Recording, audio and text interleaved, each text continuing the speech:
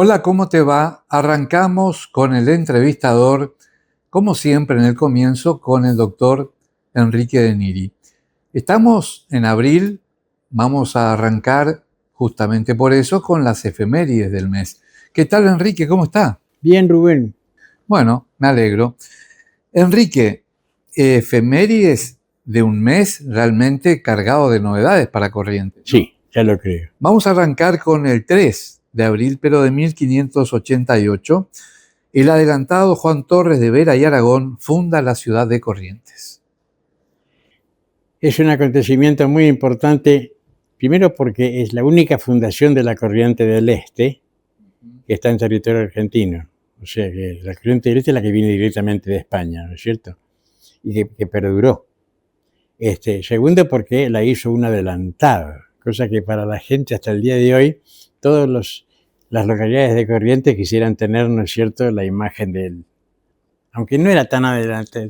Este fin de semana estuve leyendo la historia de Ortiz de Zárate, que era un tipo de lo más, aparte de que era como se dice en el ejército, un nabo, era un tipo que todo le salía mal, y todo lo hacía mal, aparentemente, se le hundían los barcos, moría la gente, se murió él antes de poder hacer efectivo su adelantazgo, tenía una hija, la Ñusta, una princesa india, la hija, y se casó con un hombre de la audiencia de Charcas, que era justamente Torres de Vera de Aragón. Había muchísimo para hablar, y se ha hablado muchísimo también, pero es una fecha para recordar, porque esta es una ciudad que tiene 400, casi 4 siglos y medio. Están en la recta final. Exactamente. Algún día vamos a hablar, creo que no es el momento ahora, por qué siendo una provincia fundadora, tal vez como Salta, si se quiere, porque nos situamos geográficamente en el norte, ha tenido un estancamiento durante algunas décadas, pero vamos a hablar de eso en otra ocasión. Nos vamos al 4 de abril de 1588. Se constituye el primer cabildo de la ciudad de Corrientes. Importantísimo acordarse que el cabildo no es un edificio, el cabildo es un grupo de personas, que en este caso eran los más importantes, los que hacían todo. Había una invasión de indios, el cabildo era el que resolvía. Había una peste, el cabildo era el que resolvía. Hacía falta hacer quedar en la ciudad algún forastero que tenía una cosa que interesaba, por ejemplo, que tuviera un barquito, eso lo hacía el cabildo, todo.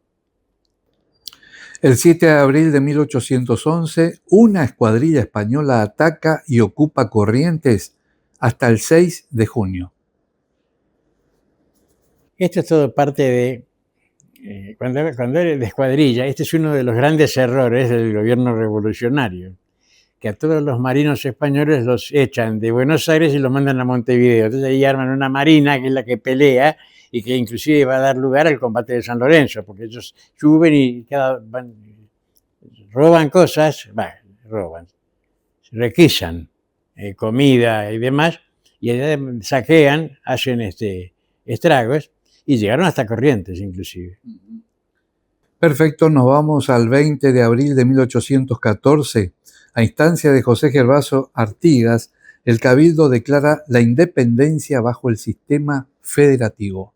En realidad lo que pasaba era que Artigas había ordenado hacer un congreso en el que participaran todos los pueblos. O sea, pueblos se entiende los que tenían gente que pudiera votar. Y el problema es que la campaña tenía mucha más gente que la ciudad. Si hacían lo que Artigas decía, se iban a quedar sin el poder.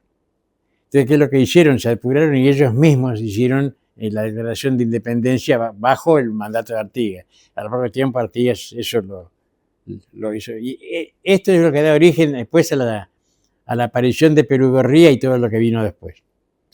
El 24 de abril de 1820, los artiguistas firman el Tratado Ábalos para continuar la lucha contra los unitarios porteños y sus aliados. Y es prácticamente el canto del cisne, ¿no es cierto? Artigas, derrotado militarmente, con lo que le queda, arma una alianza, digamos, y hace ese tratado para poder seguir la guerra. A partir de ahí serán todas derrotas hasta que él tiene que irse al Paraguay. Esta fecha golpea fuertemente a los correntinos, ¿no? El 2 de abril de 1839 llega a la ciudad la noticia de la derrota de Pago Largo y muerte de Berón de Astrada, Ferré nombrado gobernador. Cada vez que hubo una emergencia, que hubo una crisis, ahí apareció Ferré y lo pusieron al mando. Me parece que era el que podía, sabía, podía y se animaba a hacer las cosas. Como dicen últimamente, piloto de tormentas, ¿no? Piloto de tormenta, sí. Bueno, nos vamos al 9 de abril de 1839, Pascual Echagüe, vencedor de Pago Largo, arrasa Esquina. Esquina es la única localidad de Corrientes que ha sido arrasada y más de una vez. Hasta quemaron la Virgen en su momento. Así que increíble la resiliencia, ¿no es cierto?, la capacidad de recuperación que ha tenido también. Perfecto, nos vamos al 10 de abril de 1840. El segundo ejército libertador correntino al mando de Lavalle triunfa en Don Cristóbal. Sí, va a ser uno de los escasísimos triunfos que va a lograr Lavalle dentro de su mandato como comandante del ejército libertador. Bueno, el 25, siempre en el mes de abril, estamos hablando de 1841, aparece el Nacional Correntino, otro periódico de batalla creado por Pedro Ferré para luchar contra Rosas. Todos los ejemplares del tiempo que salió están acá en el archivo y están digitalizados. O sea, es aburrido por la forma de trabajar que tenían y interesante por el tipo de noticias, ¿no es cierto? Aparte de la vindicta contra Rosas, las cosas que escriben son aterradoras. Ahí escribió una pluma importante, la de Quesada. Tal vez sea un poco aburrido porque todavía en periodismo no se aplicaba la pirámide invertida, ¿no? Entonces era mucho texto y de repente había que leer todo el texto para saber de qué se trataba, ¿no? Y así es. Y aparte, las noticias más importantes estaban adentro, ¿no? Claro. La primera plana era irrelevante, ahí aparecían noticias internacionales. En este caso aparecía lo que era de... Aparte, este diario no tenía, el periódico, no tenía avisos, no tenía publicidad. ¿Distribución gratuita o con precio de tapa? Era con suscriptores. Era nada más que para a la gente a la que le interesaba. Bueno, nos vamos al 17 de abril de 1845. Se establece por decreto el alumbrado público en Corrientes. Lo cual, por supuesto, hay que tener en cuenta que era que a la tarde, con las últimas luces, con una escalera y con los medios para hacerlo, había un señor que subía al poste y prendía, ¿no es cierto?, la vela que había ahí adentro o el candil. Claro, exactamente. El 11 de abril de 1846, debido a la oposición de Rosas, cae el Tratado de Alcaraz entre Urquiza y Madariaga.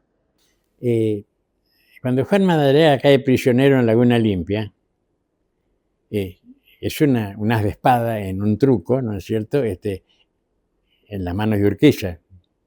Entonces, automáticamente ahí el hermano de Joaquín, el gobernador, cambia todos sus planes, dejan de lado la guerra que estaban haciendo las Rosas, lo fumigan al general Paz, que era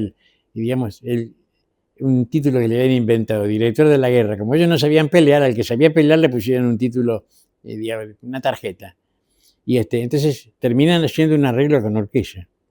Este arreglo es, inclusive, que la alianza era una alianza para un nacionalista es algo imperdonable, ¿no es cierto? Una alianza entre Corrientes, Urquiza, Entre Ríos y el Imperio do Brasil. Y tenían una parte secreta, que, por supuesto, cuando Rosa se entera, no solamente que lo exorciza, le echa ácido sulfúrico al tratado, sino que además le ordena a Urquiza, como general de la Confederación, que tome Corrientes. Y ahí empieza la campaña que termina en Rincón de Vences, ¿no es cierto? Una pelea de correntinos contra correntinos. Urquiza muy hábilmente deja que sean los Virasoros los que van adelante, que estaban expatriados, digamos, y peleaban junto con él.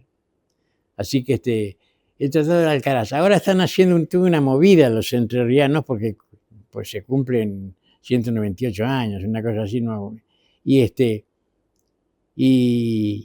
Pero es un tratado que, reitero, yo personalmente pienso que el gran adversario tradicional del Río de la Plata, desde la época que estábamos vinculados con España, fue el Brasil. Enrique, vamos a hacer una breve pausa y en nuestro segmento habitual de filosofía vamos a hablar de cómo se vivía en los años 70 y 80 en la República Argentina, desde distintos puntos de vista, el financiero, el social, el cultural. Pausa y volvemos con este tema que te va a atrapar. Infoduarte, comunicación integral. Director Rubén Duarte. Comprobada experiencia haciendo periodismo para vos. Todo lo que necesitas saber y todos los protagonistas que querés escuchar. Todo en un solo lugar. Radio, televisión, diario digital, redes sociales. El valor de la palabra y la información con la responsabilidad periodística de Rubén Duarte. Infoduarte, comunicación integral. Periodismo para vos. Dale luz verde al juego responsable. ¿Qué es el juego responsable? Jugar en forma protegida, segura y divertida es jugar responsablemente. Establece límites de tiempo y dinero dedicados al juego. Si crees que necesitas ayuda, ingresa a www.loteriacorrentina.gov.ar y accede a los formularios de autotest y autoexclusión. Lotería Correntina. Dale luz verde al juego responsable.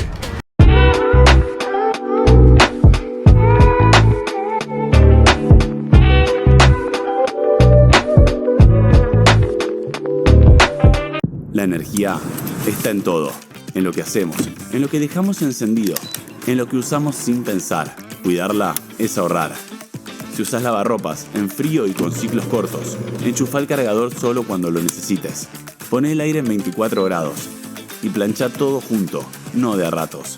Pequeños cambios logran mucho. Súmate al ahorro de energía. Gobierno de Corrientes.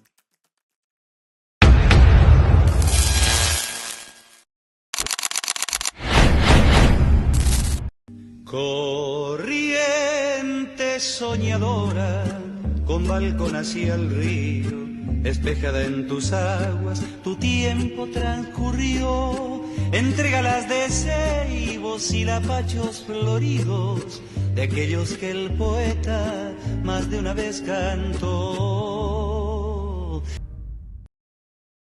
En la República Argentina existe la creencia de que sus habitantes vivíamos mejor en los años 70 y 80.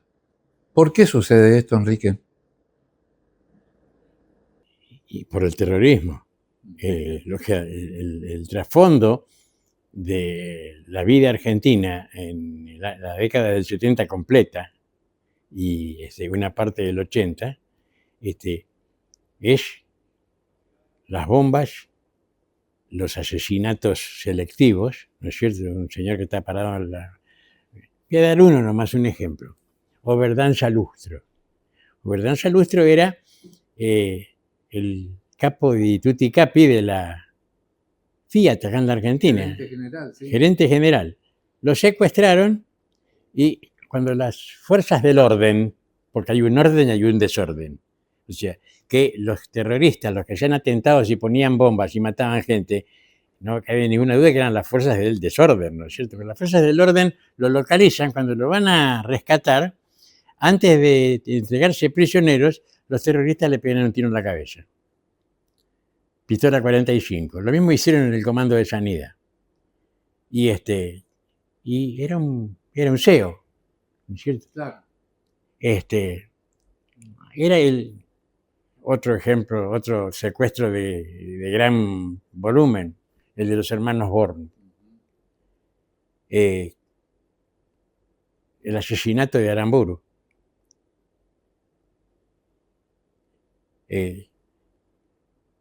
Hay alguien que dijo interesante, con el nivel de vida que tenía un obrero argentino en esa época, un obrero industrializado, un tipo que era ¿a qué le iban a ir a hablar de Marx y de Lenin y de la izquierda? Pero por favor, el nivel de vida, la cantidad de... La deuda externa era pequeña. O sea, irrelevante comparado Sí. con... el nivel de vida era lo que un obrero podía... Nunca fue fácil del todo en la Argentina. Así Por es. ejemplo, la universidad, hasta el día de hoy, es un mito que los hijos de los obreros van a la universidad. No es tan sencillo.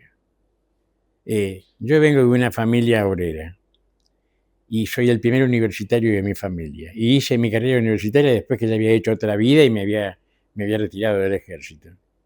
Y me acuerdo lo que decía un querido amigo mío, que es un hombre de izquierda, no Arturo, es otro, que él me hablaba de la filosofía de la galletita criollita y el mate cocido, porque era lo que tenían para morfar. Y él tenía, me conté que tenía un ventilador psicológico, porque la paleta andaba mal, entonces no echaba aire, pero giraba, ya con eso el ruido ya lo hacía pensar que estaba bien. Así que era muy bueno el Nicaragua. Había que comparar nomás con los otros países. Más o menos esa época cuando empieza a aparecer acá el famoso Tramontina, que era un cuchillo que nadie lo quería al principio. Ahora es lo mejorcito que uno puede tener. De mucha utilidad, ¿no? La comparación entre lo que era la Argentina en esa época y lo que era Brasil, y comparar con lo que es ahora, bueno, Comparemos con Paraguay nomás. No con vayamos Paraguay, tan sí, cierto. Sí. Es increíble, ¿no? Sí, el problema era un problema, porque hay otra cuestión también que es complicada de decir, ¿no es cierto? ¿Qué es lo que le molesta, qué es lo que nos molesta como ciudadanos? Ahora estamos teóricamente muy mal. ¿Cuánta gente se fue este fin de semana largo de paseo? 1,5 millones, ¿cuántos fueron? Pero le paso el dato, ¿eh? Ya la ocupación hotelera no fue tan elevada como en los fines de semana extra largos que tuvimos.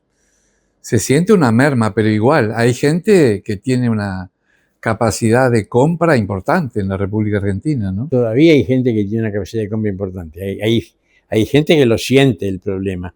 Estábamos hablando esta mañana con Dardo, la cantidad de gente que hubo en esta última marcha, 5 cuadras. Sí. Pues hace mucho que no se veía tanta gente. ¿Sabe qué, Enrique? La marcha manifiesta la bronca hacia el gobierno, Sí. básicamente eso. Sí. Y ahí van cualquiera, gato de distinto pelo, digamos, ¿no?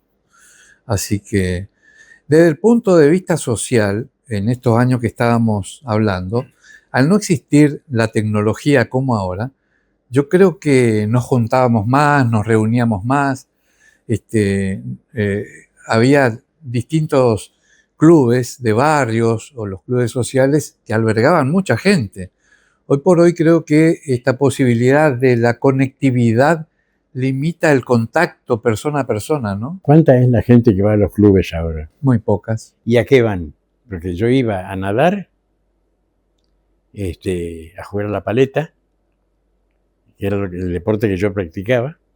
Ahora estaban los que iban a jugar al tenis. Además estaba en horas de la noche la reunión social, ampliada a lo mejor de la comisión directiva, más algunos socios que por ahí se comían un asadito y se podía hablar o se jugaba al truco de cualquier tema. Hoy por hoy eso desapareció y la actividad deportiva está muy limitada, ¿no? Sí, pero aparte la idea de salir afuera, salir adentro es tan difícil, sí. pero la idea de salir para ir a comer, por ejemplo, eso es una cosa que se ha reducido muchísimo, Claro. sobre todo porque los costos han variado también. Pero es cierto, sí, era una vida social de otra índole. Así es. Y aparte, un momento por excelencia de la vida social era el cine. Así es. Otra cosa que desapareció. Le iba a comentar eso. La rutina con mis padres cuando yo era niño, a mediados y fines de los 60 y comienzos de los 70, era primero ir a la iglesia los domingos, después salir a mirar vidrieras, ¿no? Hasta que picara el bagre, ¿no? Y después, cuando uno ya tenía hambre, ir a San Lorenzo y Junín, a la histórica pizzería Soria, a saborear un pancho, una porción de pizza o empanadas. No había nada más porque no existía el lomito ni la hamburguesa. Pero era una vida social porque además uno se encontraba con otros parroquianos conocidos, o en la caminata por Junín o en el cine. Y eso todo se fue perdiendo, ¿no? Sí, ahora se han hecho mucho más íntimos los círculos de amigos. O sea, uno tiene contacto con personas o con el trabajo, que es un contacto horario, o con los amigos que son más cercanos. ¿No es cierto? Sí, se ha reducido mucho también, aparte, porque todo movimiento implica un gasto. Implica un gasto. Y hay otro tema, las distancias. Por ejemplo, estamos en Corrientes. Ha crecido tanto la población que a lo mejor antes yo podía ir a visitarlo a usted caminando o en bicicleta. Y hoy necesitas un auto, Uber, taxi o colectivo para ir a visitar. Que ese es otro problema. Yo me voy a visitar a un amigo que vive, pongámosle, acá en el centro. Sí. ¿Dónde estaciona? Exactamente. Ayer me pasaron una lista de los nuevos montos de multas y eso. Sí. Y aparte de que estamos mucho más controlados, ahí me pasaron también una lista de los radares que hay, ¿no es cierto? Hermano Mayor, ¿cómo se llamaba? No el programa ese de televisión Gran Hermano, sino Hermano Mayor es la novela de Orwell, ¿no es cierto?, de 1984, en el que él habla de que en cada casa había un aparato, la cámara. Acá tenemos cámaras, y en esta sala hay una cámara también. Y nos hemos acostumbrado. En la década del 80 se hizo yo era en ese momento trabajando como docente, se hizo en una reunión con un profesor que había presentado un libro que proponía para la secundaria, y de acá le saltaron de la escuela regional, porque en la escuela donde él tenía una escuela privada, y en la escuela esa había cámaras. De todo le dijeron, porque era una invasión de los derechos privadísimos. Ahora estamos todos acostumbrados, estamos todos resignados a que nuestra privacidad es cada vez menor. Así es. Enrique, el tiempo transcurre en un país que no tiene una historia tan reciente como usted bien dijo la vez pasada, y es como que se hace difícil buscar excusas, ¿no? ¿Qué nos está pasando como sociedad que al estar estancado, cualquier cosa quiere decir que vamos para atrás, que no estamos progresando? Hay una cosa que se llama mecanismo de transferencia, que es cuando el nenito, uno le dice, ¿quién rompió eso? Él. ¿Y dónde está él? No existe él. Porque no quiere decir que él no va a decir, nunca fui yo. Bueno, somos una sociedad así también. La culpa siempre la tiene el de al lado. O el que vino antes. O el que estuvo antes, sí, ¿no es cierto? O si no, la herencia, la pesada herencia recibida. Somos todos malos herederos. Yo creo que ya no tiene sentido. Cuando yo era soldado, era cadete, me acuerdo que uno iba a decir, ¿usted hizo tal cosa? Sí, ¿por qué lo hizo? No tengo excusa. Era la forma de, digamos, zafar en el sentido de que uno sabía que lo iban a castigar igual, así que ¿para qué perder el tiempo? En cuanto empezaba a dar excusas era peor. Así es. Creo que somos un país que tendría que aprender a no dar más excusas. Asumir la culpa, ¿no? Asumir la culpa, ¿no? Yo estaba mirando ahí todo ese escándalo que hay en torno al señor Adorni. Sí. Ya debería haber renunciado. Por supuesto. Francamente debería haber renunciado. No puede además hacerse el malo todavía, ya más grave eso. Porque el error ya lo cometió. Y yo no tengo por qué explicarle nada a nadie. Un funcionario público tiene que explicar siempre. Para eso es funcionario público, no tiene derecho a no explicar. No puede. Somos un país que tiene que dejar de dar explicaciones. No son explicaciones, son justificaciones. Porque uno puede explicar algo, es una cosa. Así que lo que pasa es que no es culpa mía, yo no hice nada malo. Basta ya de eso. Somos un país adolescente, pero no por el tiempo, 200 años, es muchísimo. Somos un país adolescente en el sentido de nuestras conductas. Así es. Enrique, gracias y nos vemos pronto. Nos vemos pronto, si Dios quiere. Pausa. Infoduarte, comunicación integral. Director Rubén Duarte. Comprobada experiencia haciendo periodismo para vos. Todo lo que necesitas saber y todos los protagonistas que querés escuchar. todo en un solo lugar. Radio, televisión, diario digital, redes sociales. El valor de la palabra y la información con la responsabilidad periodística de Rubén Duarte. InfoDuarte, comunicación integral.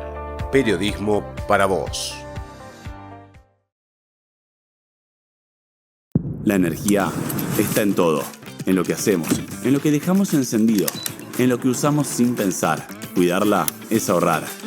Si usas lavarropas en frío y con ciclos cortos, enchufa el cargador solo cuando lo necesites. Poné el aire en 24 grados y plancha todo junto, no de a ratos. Pequeños cambios logran mucho. Súmate al ahorro de energía. Gobierno de Corrientes.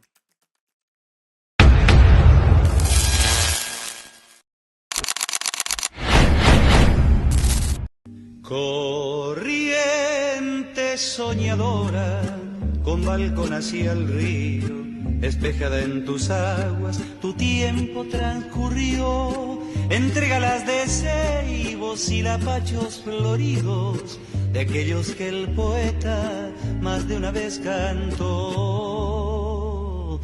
Corriente soñadora, con balcón hacia el río, espejada en tus aguas, tu tiempo transcurrió entre galas de ceibos y lapachos floridos, de aquellos que el poeta más de una vez cantó.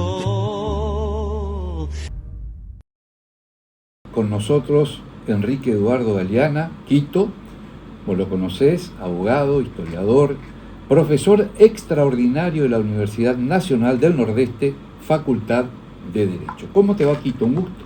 Buenas tardes, un placer estar con ustedes. Esta es una casa conocida por nosotros. Y cuando Inés dijo recién, bueno, buen día, es todo el día. Así es. O sea que no es buen día, buena mañana, buena tarde, no, es buen día. Bien dicho. Y yo no digo buenos días porque digo cada día buen día. Así es. O buena noche, buena tarde. O buena noche o buena tarde. Como cuando decimos la hora. 18 horas. No es 18 horas. Ah, mira. Sí, me corrigió una profesora de literatura muy buena, que no puedo dudar de ella, en una publicación, y le dije, muchas gracias, acepto. Fui a la lengua castellana, al diccionario de lengua castellana, y es correcto. Es decir, Inés, que cuando vos, como buena formoseña, te comés las heces, en algunos casos está bien, Está expresado. correcto, claro. Muy bien. Acá Bueno. tengo entonces el aval de un destacado. De un maestro. La verdad que maestro le queda chico, porque ahora va a mencionar Rubén todos los títulos que tiene el doctor. Mirá, si me pongo a mencionar se nos va a ir el programa. ¿Eh? Vamos a la primera pregunta. Minuto o dol generae. ¿Te acordás? Sí, por supuesto. Bueno, Qué nuevo. ¿qué podemos decir del presente de la identidad cultural de Corrientes? Corrientes tiene una identidad cultural muy profunda porque es la provincia totalmente diferente a todas las otras provincias. Encabezamos, diríamos, la tabla de posiciones con la mayor cantidad de intervenciones. Corrientes fue la provincia más intervenida históricamente. Estuvimos en todas las guerras.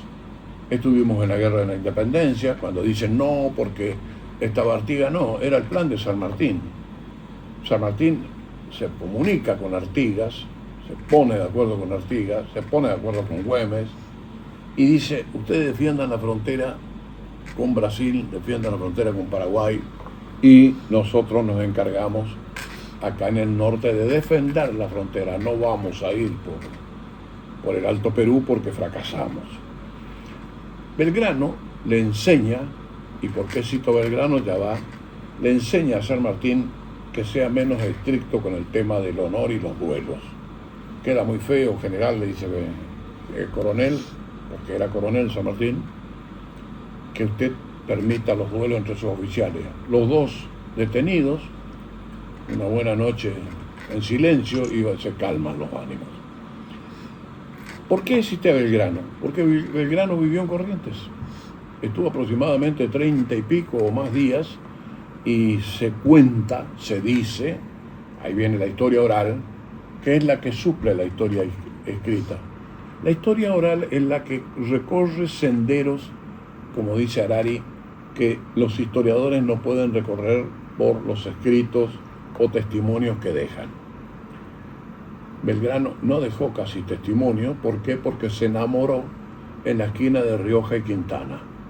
Ahí había una esclava blanca. Aquí cerquita de la radio. Es cerca de la radio. Una esclava blanca. Entonces se preguntarán, ¿hubo esclavitud? Claro.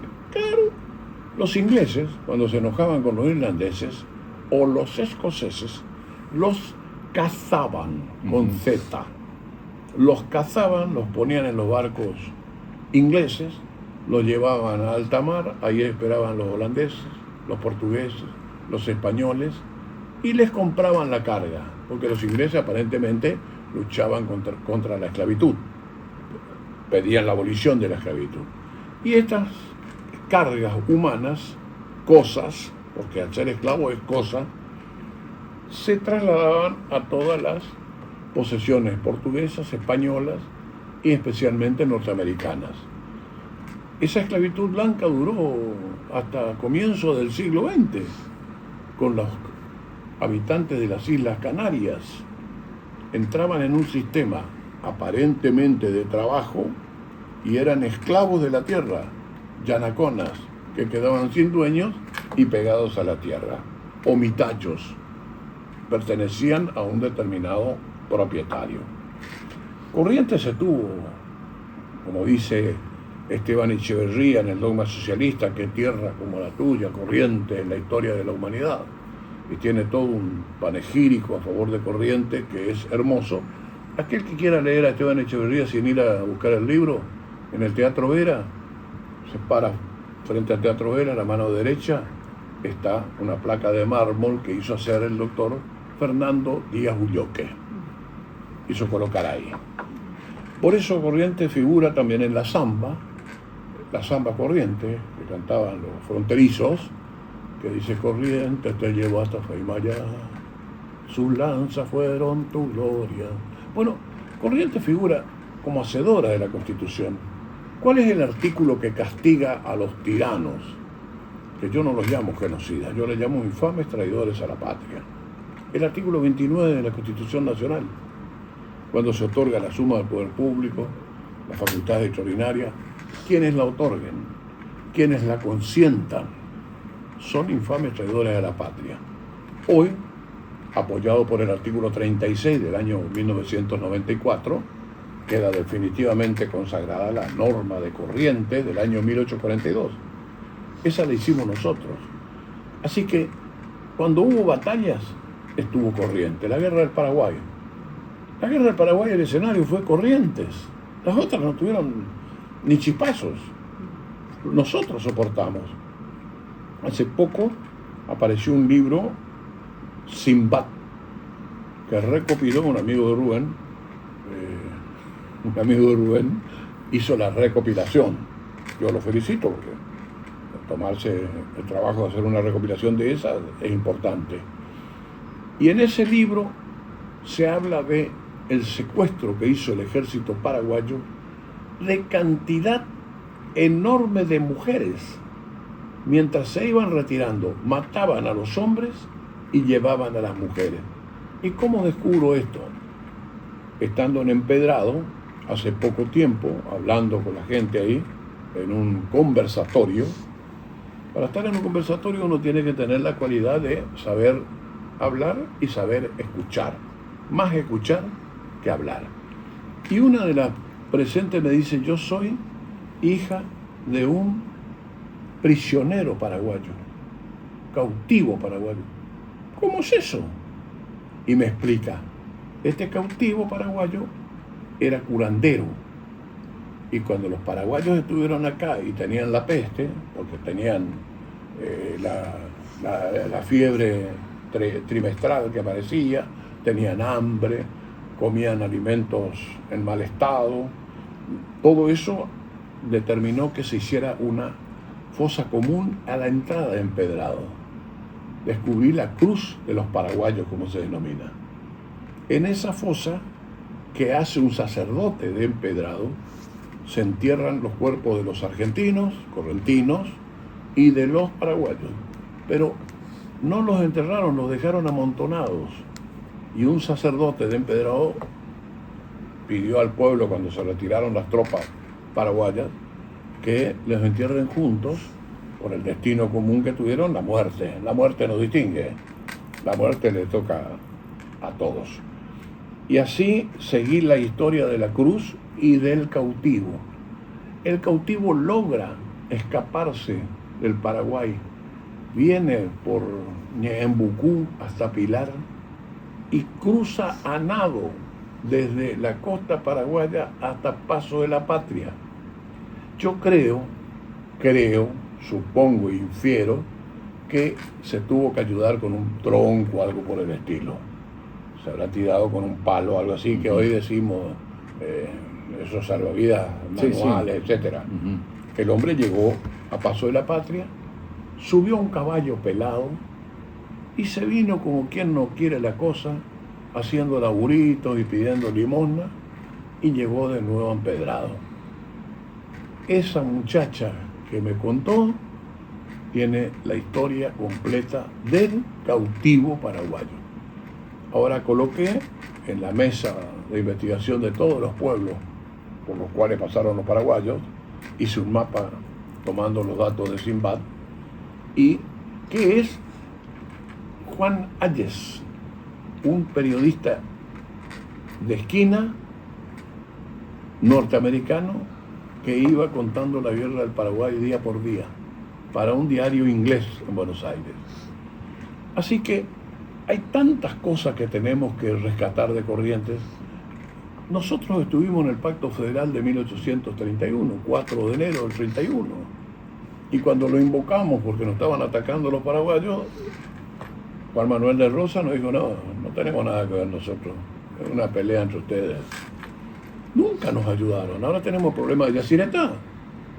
Salimos de Yacyretá, vamos a Ituzaingó, nos encontramos que está el puerto, pero metemos el pie en el agua y no se definió todavía perfectamente. Los paraguayos la tienen creída en el sentido que esas aguas son paraguayas, pertenecen a la jurisdicción paraguaya. Los de la PIPE tienen que hacer aduanas para ingresar a su propio territorio. Bueno, todo eso lo plantea en su tesis doctoral José Ernesto Meiner, que le dicen Tito, y siendo José tiene que ser Pepe. Por lo tanto, yo ahora lo bautizo Pepe Meiner. El que quiera seguir diciendo Tito, que le diga, pero para pero mí, vos, Pepe. Pepe Meiner. Te consulto, Sí. Usted que sabe tanto, como dice un personaje, Corrientes tiene una historia riquísima, plagada de mitos y de Sí. leyendas. Hay algunos de esos mitos que están muy exacerbados y otros que habría tal vez que minimizar. ¿Cómo ves eso vos? Porque el correntino cree en todo, ¿eh? Sí. Cree en todo. Bueno, hace bien en creer en todo, porque lo que el correntino cree es la realidad.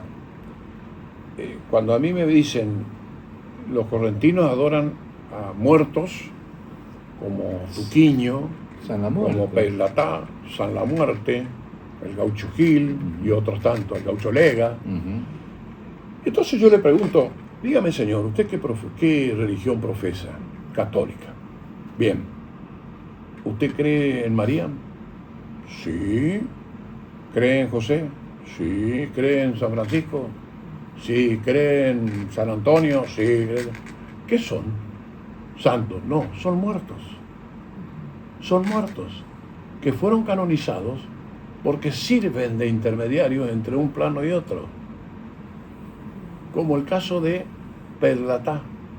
Perlatá en Empedrado, para la gente que no sabe, está enterrado debajo del cementerio viejo, está en el cementerio viejo, arriba está el hospital actualmente, y solamente su cruz fue llevada al cementerio nuevo. Es el lugar más concurrido y más adorado de los estudiantes, de los que andan mal de amores. Siempre tiene cigarrillos, caña, oro, regalos de todo tipo. Lo mismo ocurre con el Gaucho Gil. Yo tengo una explicación. O es un portal en que la Tierra lanza ondas positivas, o es un verdadero intermediario entre el más allá y el más acá. Nigromancia. La nigromancia es la capacidad que tienen algunas personas de hablar con los muertos. Esto no lo puede dudar nadie porque las policías del mundo utilizan a los nigromantes. Que son los mediums. Son los mediums Uh-huh. de Allan Kardec, Allan Kardec, el libro de los espíritus. Y me puse a estudiar a Allan Kardec y se creó una cátedra en la Universidad de Buenos Aires de mediunidad. Hay gente que utiliza eso. Cuando se perdió Loan, ¿se acuerdan ustedes qué dijo la medium? Ya lo sacaron de acá. Sí. La primera que fue consultada fue una señora que yo le conozco. Dijo, no está más el chico acá, ya lo sacaron. Fin. Y no, que bueno. Y en toda Europa, los mejores tours, los que más dinero producen, y acá entérense, son las visitas a los lugares donde existen espíritus, fantasmas, espectros, lémures. El que va a Toledo y no hace el recorrido de 22 horas en adelante en Toledo, la capital de la brujería del mundo. De ahí salieron los más grandes brujos que se trasladan a Salamanca, las cuevas de Salamanca, donde una cantidad enorme de sacerdotes perdieron la sombra. Hay que mirar a la gente cuando camina por la calle. Si ves a alguno que no proyecta sombra, aléjate. Uh-huh. Eso no prestamos atención. No. ¿En serio? No, Sí. la verdad que no, Quito. Bueno, esta cantidad de bibliografía que existe, yo diría que tengo unos 3.000 libros sobre esto, leyendo un diccionario que me mandaron de regalo. Yo me vinculé con los jesuitas y estuve con ellos en octubre del año pasado en la Universidad San Ignacio de Loyola. Ahí estudia mi hijo y está trabajando en Chicago. ¿Querrán saber qué quiere decir Chicago? En idioma indígena, Chicago quiere decir olor a cebolla podrida. Y bueno, hablé sobre ese tema y me ocurrió un hecho extraño. Y le voy a pedir a ustedes que analicen científicamente y racionalmente. Yo tenía un pantalón de estos deportivos con elástico, porque no me gusta usar cinto, zapatillas sin media, como ahora, y una remera como esta. Lo único que tenía en el cuerpo. Cruzo el control del aeropuerto de Chicago para ir a Lisboa y se encienden todas las luces. ¡Pum!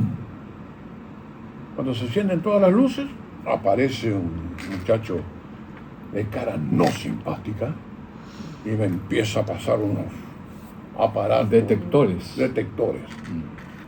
No conforme con eso, me hizo unas caricias hermosas. Sí, Me cacheo. Me golpea, no, me pegaba.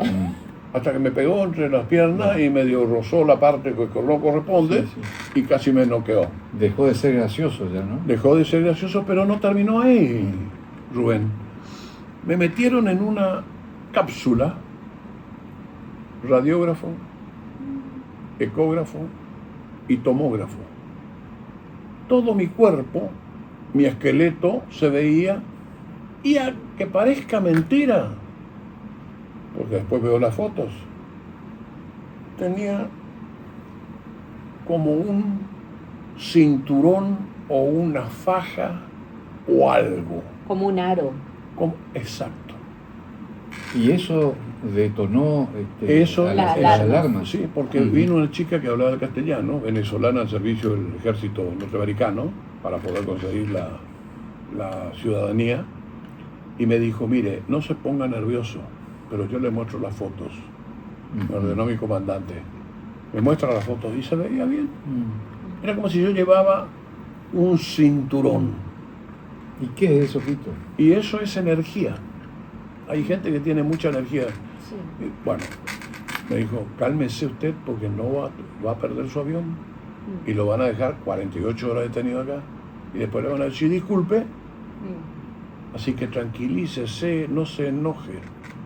Yo dije, bueno, cuando cruzamos toda esa experiencia negativa, yo voy, antes de embarcar, le llamo a una señora bruja. Hay una calle de las brujas en Chicago. Entras ahí, compras la vela para el amor, el talismán para... todo lo que aparece en los libros religiosos. Está.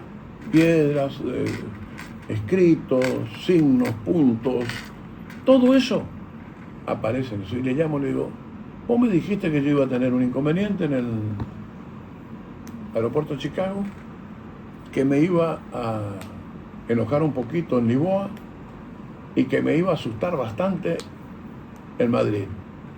Me pasó esto acá en el aeropuerto. Te avisé. ¿Sabés por qué? Porque vos estabas de feliz de verle a tu hijo después de casi 2 años. Estabas azul, Quito.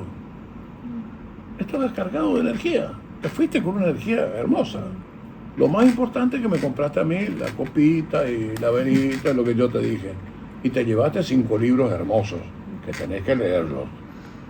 Bueno, subimos al avión, yo enojado pido por escrito las fotos. Me contestaron gentilmente, Mr. Henry Edward Galeana, nosotros no le vamos a dar ninguna prueba que le permita a usted demandar a los Estados Unidos de Norteamérica. Y además no va a ganar nunca.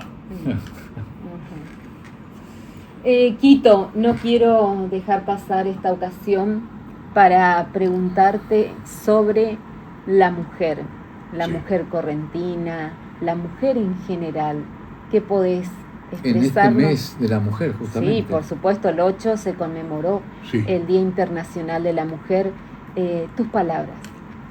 Son las mujeres más heroicas que yo conozco en la República Argentina, porque estas mujeres acompañaron a los ejércitos correntinos, estuvieron en las invasiones inglesas con el ejército correntino, estuvieron en todas las batallas en que Corrientes libró, estuvieron en la República Entrerriana de Francisco Ramírez, cuya capital fue la ciudad de Corrientes, estuvieron en la batalla de Pago Largo, estuvieron en la batalla de Vence Rincón, estuvieron en la batalla de Laguna Limpia, en la batalla de Laguna Brava.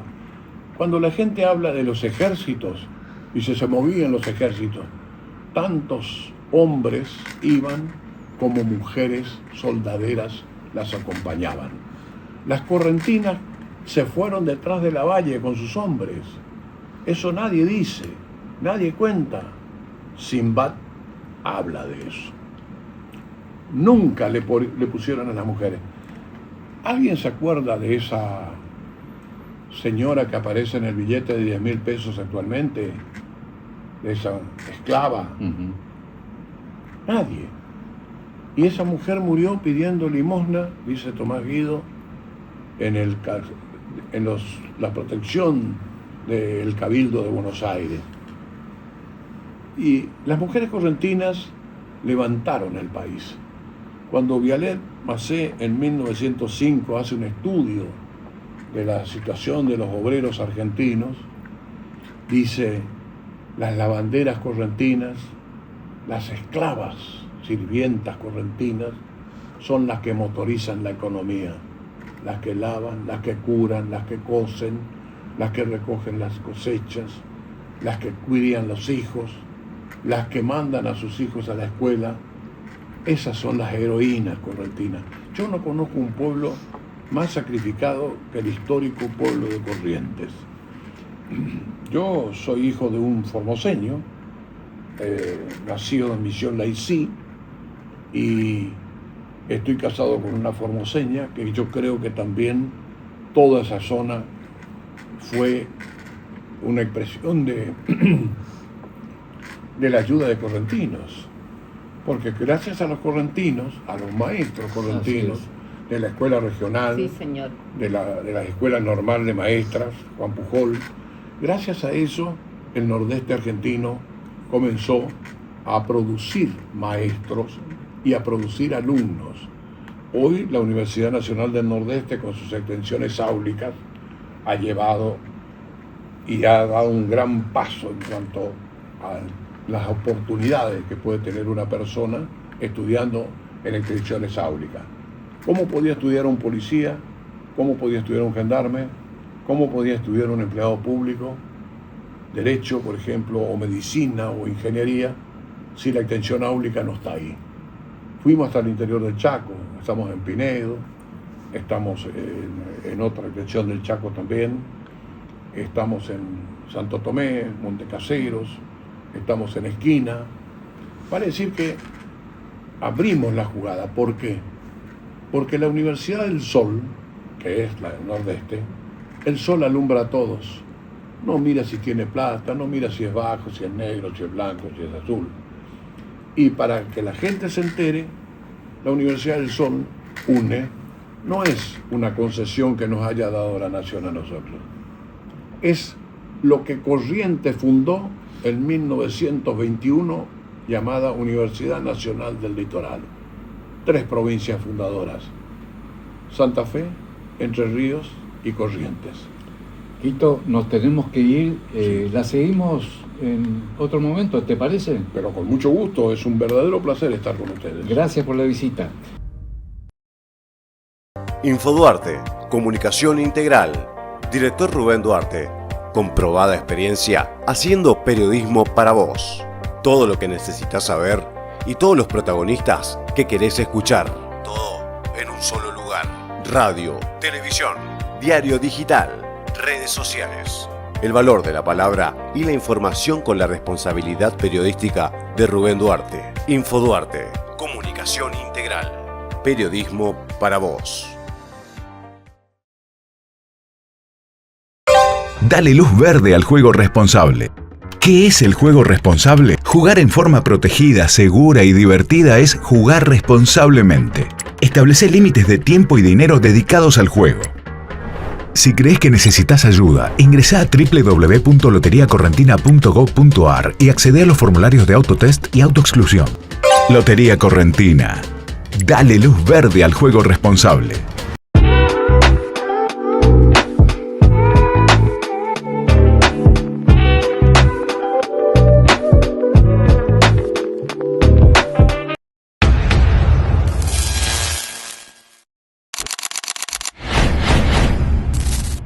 La energía está en todo, en lo que hacemos, en lo que dejamos encendido, en lo que usamos sin pensar. Cuidarla es ahorrar. Si usas lavarropas en frío y con ciclos cortos, enchufa el cargador solo cuando lo necesites. Poné el aire en 24 grados y plancha todo junto, no de a ratos. Pequeños cambios logran mucho. Súmate al ahorro de energía. Gobierno de Corrientes.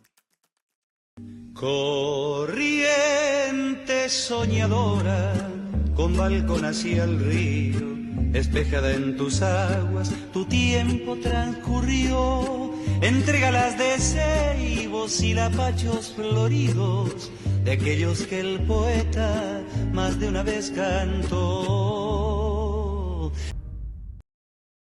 A continuación vamos a ver y escuchar a Facundo Sagardoy, que nos va a hablar en su columna sobre cultura. Bueno, muchísimas gracias, Rubén, por este hermoso espacio que nos brinda el entrevistador para compartir un poco más sobre la cultura de Corrientes. En esta oportunidad vamos a hablar del arte objetual. ¿Qué es el arte objetual? ¿Oyeron hablar de Marcel Duchamp? Seguramente también aquí en el entrevistador, en este espacio, de Marta Minujín y de Ennio Iommi. Pues sumemos algunas figuras del acervo del Museo de Arte Contemporáneo de Corrientes. Luis Niveiro, Roberto Fragnella, Cristina Piffer y desde el 8 de noviembre, con la muestra Umbral, también Diego Figueroa, Héctor Tirner, Gustavo Mendoza, Mati Obregón. ¿Por qué al decir arte objetual, de pronto comenzamos a escuchar tantos nombres de artistas contemporáneos? El arte objetual es una propuesta artística disruptiva que surge a principios del siglo XX, como una respuesta a los intensos cambios que estaban atravesando las sociedades en aquel tiempo. Se avecinaba la Primera Guerra Mundial y el sentido del arte comenzaba a resquebrajarse para dejar entrar a la idea del artista, que comenzaba a cuestionar el mundo que iba hacia la violencia más extrema. Se propone el arte entonces a resignificar el espacio que legitima el arte, a la idea y a la relación con el espectador. El arte y el artista comienza entonces a indagar en los objetos de la vida cotidiana. Me gustaría citar a un gran maestro de la literatura argentina, Jorge Luis Borges, que dice: los libros son objetos del mundo físico, hasta que el lector los abre. Con una idea similar, como propone también Mikhail Bakhtin, la obra se completa con el lector. El arte objetual propone entrar, como entra el viento sin pedir permiso, a las instituciones que legitiman el arte, para hacer del arte un momento de provocación, de disrupción, un llamado de atención a todo aquel que comienza a experimentar la cultura en la sociedad contemporánea. A partir de 1960 en adelante, el arte objetual comienza a desarrollarse en el arte argentino. Lo hace con grandes artistas como Marta Minujín, a quien ya hemos nombrado en este importante mes para la mujer, el mes de marzo, una de las grandes maestras del arte contemporáneo argentino. También lo hace a través de la obra de León Ferrari, que utiliza objetos cotidianos para pronunciar una profunda crítica a la política y a la religión de la segunda etapa del siglo XX en adelante. Algunos de estos maestros pueden ser disfrutados, en cuanto su obra se encuentra en el Museo de Arte Contemporáneo de Corrientes, desde donde nos encontramos transmitiendo, el casco histórico de la ciudad de Corrientes. Los invito a que visiten el Museo de Arte Contemporáneo de Corrientes y atraviesen el acervo que se expone desde el 8 de noviembre con la muestra Umbral con este concepto, arte objetual. Y consideren, con lo que acabamos de señalar, la obra de Diego Figueroa, Todo el tiempo en un segundo. También la obra de Gustavo Mendoza, de la que ya hablamos, Devocionario. La obra de Héctor Tirner, Colisión frontal. Y el conjunto de obras que hacen al acervo personal de la colección Luis Niveiro. Van a encontrarse con muchas sorpresas en la serie Pinocho de Luis Niveiro y una aguda crítica a la política de la Argentina. Hasta aquí llegamos. Arte objetual, una de las formas más fuertes que afloran desde el principio del siglo XX y llegan hasta hoy acercándonos al arte y a experimentar la materialidad con que los artistas imaginan un mundo diferente sin dejar atrás la crítica que jamás dejará de enseñarnos.